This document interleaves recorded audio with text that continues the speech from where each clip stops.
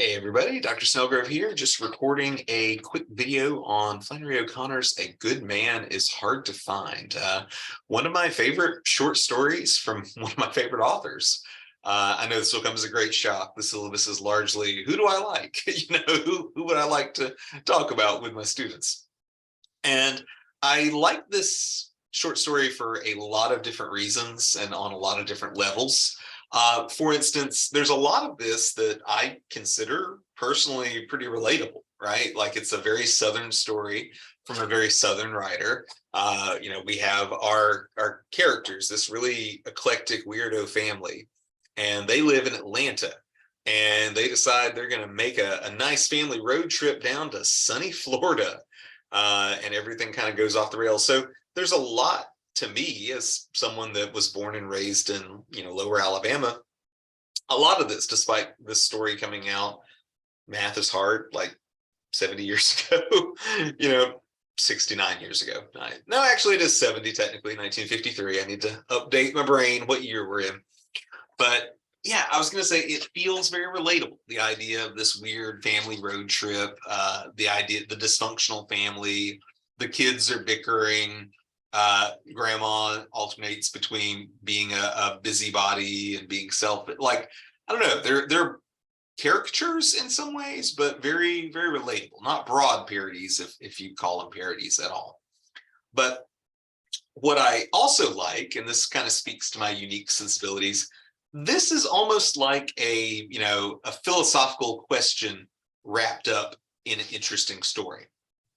Because like many short stories, the basics of this are, you could probably explain this in 2 or 3 quick sentences. Somebody's like, oh, what are you reading? They're like, oh, this family, this Atlanta family is taking a road trip to Georgia when they get into a car wreck. After that, their apparent rescuers end up being killers and the entire family's murdered. That's what happens. That is the substance of this story. But we've got that provocative title from Connor, right? O'Connor. The idea of a good man is hard to find. And so the text is basically asking us, hey, what is goodness? And like I said, I don't know if any of you have taken one of the classes, but that really is a, philosophy 101. Like, how do we even define that? So I'm noodling through the text here, and I think our first really explicit reference is when they stop for a little lunch, or maybe it's dinner. I don't know. It's a proper meal on the road, and I love the description. This is another thing that felt pretty authentic to me, despite how long ago the story came out.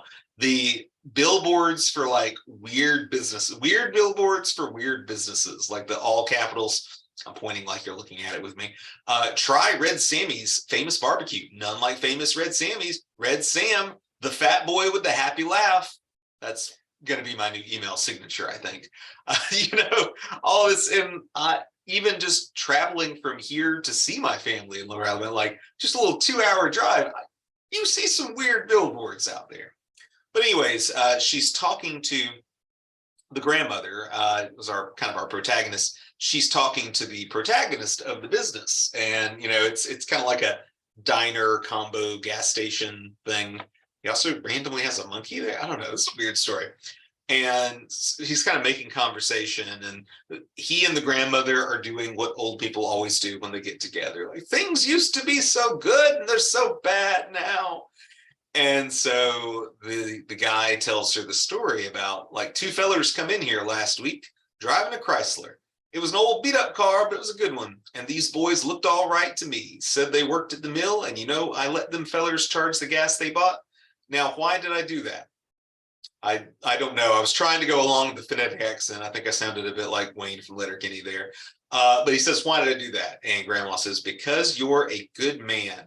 The grandmother said at once. Yes'm, I suppose so, Red Sam said, as if he were struck with this answer. And so I thought it was kind of an interesting thing, because what he's basically describing is taking a business risk for himself. Like, keep in mind, this is a story that came out in 1953, so a little easier to scam people on stuff like this. So the idea of like, oh, I was making everyone else pay in cash, but I took credit from these folks, meaning there's a chance that, what do you call it? Meaning that there is a chance that it would kind of like bounce. I guess you wouldn't call it that with credit, but you know, that you wouldn't get paid. It's like, hey, you took a leap of faith on these people. You thought that, you thought they were good, and that means you're good. You're a good man. And so that's one definition we're given kind of early on. But I like that almost immediately you see that he seems pleased with the answer. Yes'm, I suppose so, Red Sam said, as if he were struck with this answer. And so the idea that, like, how much is our idea of goodness based on any sort of objective truth, and how much of it is based on the very human desire to be seen as a good person? We'll get more into that. But yeah, and of course we get a title drop. Old Red Sammy in that same scenes, a good man is hard to find, Red Sammy said. Everything is getting terrible. I remember the day you could go off and leave your screen door unlatched, not no more. And I don't want to make a big deal out of it because it's obviously not the focus of the story, but I always laugh a bit to myself that, because I grew up hearing this kind of stuff, back in the day, it was much safer, it was much better. And I'm sure you did too. And here is a story published in 1953. So he's like, I used to not have to lock the door, but I got to lock the door now. So nobody can agree on anything about the past except that it's better than what we've got now. There's something interesting about that to me. All right. So after they leave the restaurant, things kind of go sideways in really short order. So early on, before they ever got on the road, Grandma was reading the newspaper and she read about this killer on the loose named the Misfit. And as far as the authorities knew, the Misfit was heading to Florida. And so Grandma is like, we shouldn't go to Florida. How about we go see some of my family in Tennessee, or see where I'm from, and just some stuff like that. Basically hey, let's not go where the psycho killer is going, which is pretty good advice. I mean, considering that the psycho killer ends up killing all of them, that would have been good advice to follow. However, Grandma is part of the problem in a very powerful way, because she's worried about the family's safety, like don't go where a killer might go. But she apparently thinks nothing, could possibly happen if she secretly smuggles her cat into the car for this like hours-long road trip, right? And so at one point, she starts reminiscing about this old like plantation house that she went to before, and she'd really like to see it. And you see her being a manipulator as well, where she starts making up this weird story about like, oh, there's hidden silver in here, hidden wealth. Gets the kids all excited. They basically pester the dad, Bailey, into taking, like, we got to go see it. We got to go see it. And so two things happen in insanely short order. One, it suddenly occurs to Grandma after she made them turn around and got them all excited about this, that she was thinking about a place that is in, I think, Georgia instead of Florida. It's not where she thinks it is. So it's like, ruh-roh. And then she like shifts her legs and the cat escapes. And the cat, I guess, woke up and chose violence that day, immediately latches on to Bailey, who's driving the car. And so the car just immediately, like, it flips. The one saving grace, although it didn't save them for very long, was that Bailey's wife, Bailey is Grandma's only flesh and blood son, or flesh and blood, relative in this immediate family. And so Bailey is married to a woman who has a young baby, and then they've got like two, I don't know, adolescents or younger with them. And so the mother who has been like holding this very young baby, she's thrown clear of the car. So I think it says that she has like maybe a scratch and like a broken shoulder or something. Everybody's kind of injured. Like, this would be pretty bad, right? This would be pretty bad on the face of it.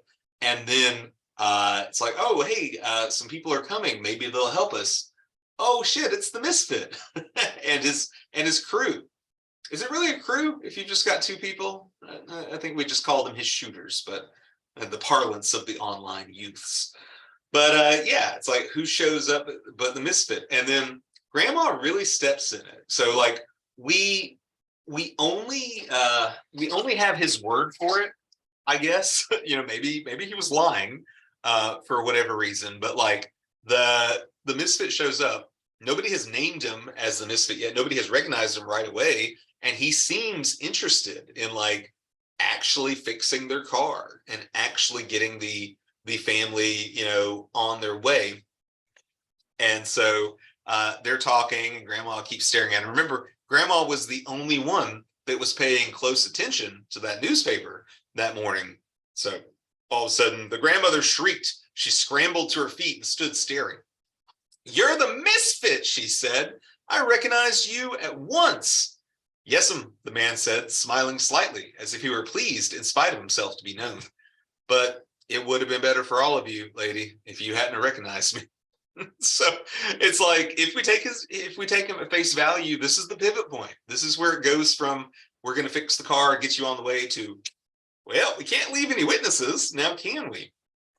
And so what follows here at the end of the story is a very grisly, like I said, it's a kind of a dressed up philosophical conversation is going on here, because what's happening is the misfit is asking one of his assistants to basically like take the family, two by two, like, hey, you need to help them over there. And then like you'll hear gunshots ring out, like just executing them in the woods. So first he kills Bailey and the young boy, the adolescent or younger boy, then kills the mother and the young baby, which is grim. So it's the whole time Grandma is talking to the misfit, who ultimately ends up killing her. And we get more of this philosophical goodness here. She's like, "Listen, I know you're a good man. You don't look a bit like you have common blood. I know you must come from nice people."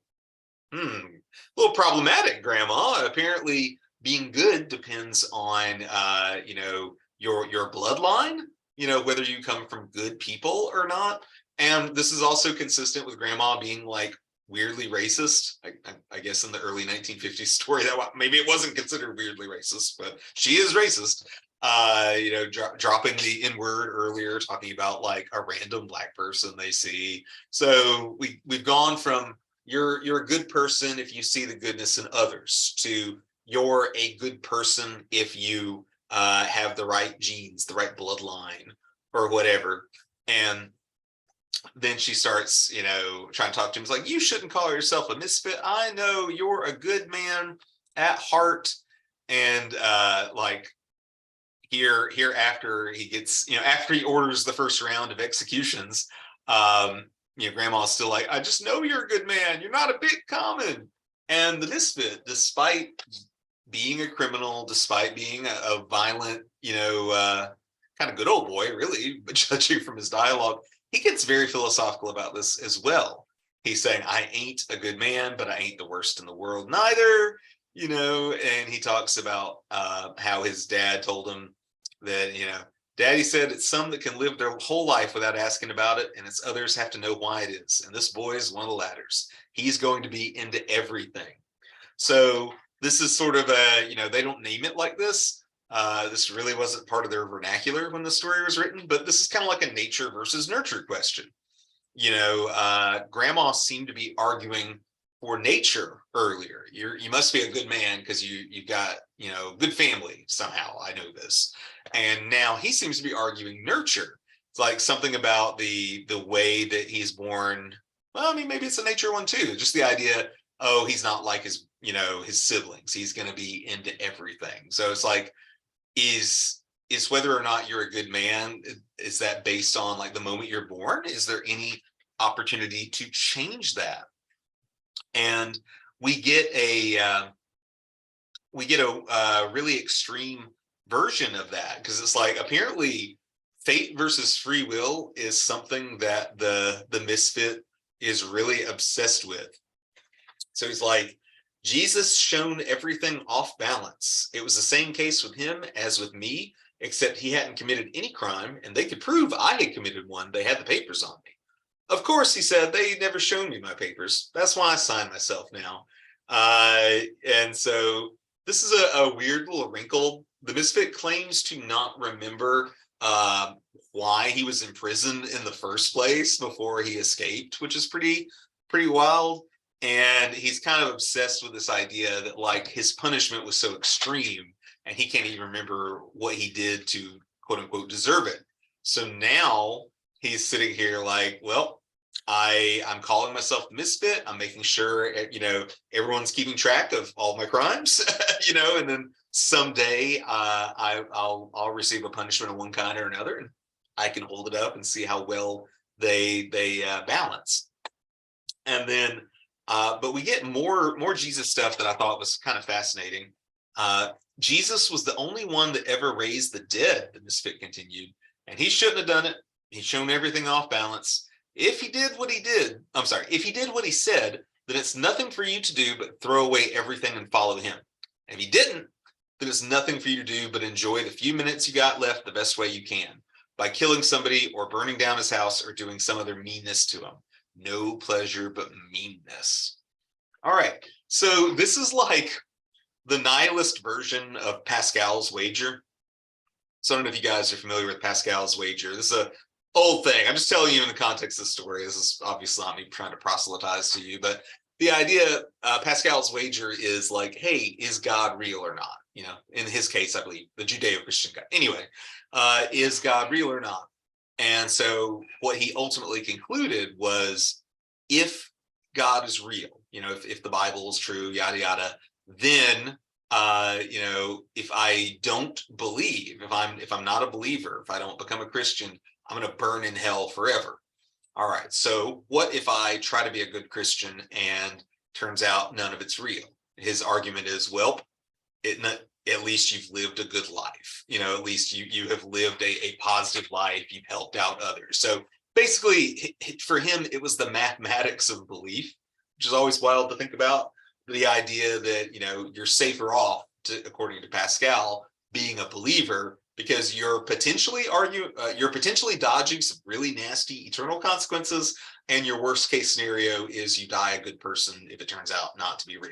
The misfit is a bit of a nihilist and has really taken this in the other direction, where he's saying like, okay, if Jesus is real, if everything he said and did is real, then there's nothing for us to do in this world except follow him. It's like there's not really any free will necessarily. It's like, well, all we can do is follow Jesus, right?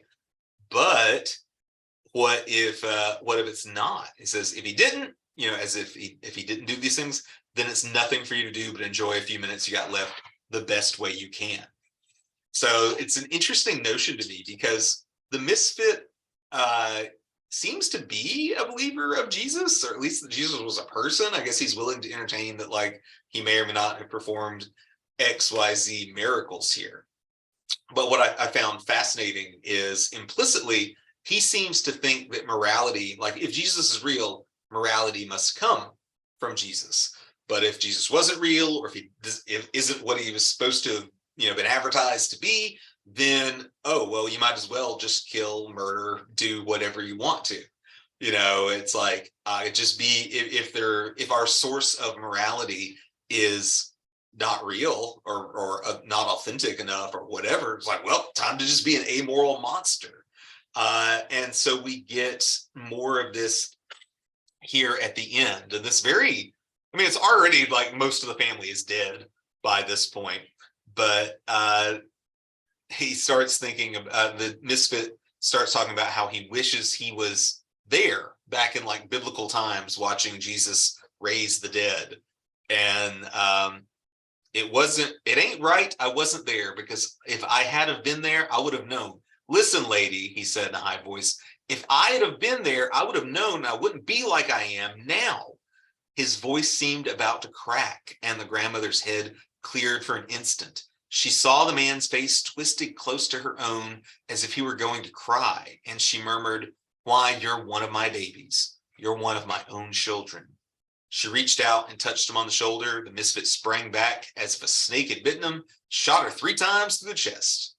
And so it's like, is this a moment where, was she good in that moment where she stops thinking about herself and she sees somebody in pain, even a monster in pain, and she is willing to forgive him, and so it's like you can't really escape the background radiation of Christianity, like this whole ending conversation here. So it's like this is sort of her Jesus moment, right? She is forgiving her transgressors, as she hopes to be forgiven.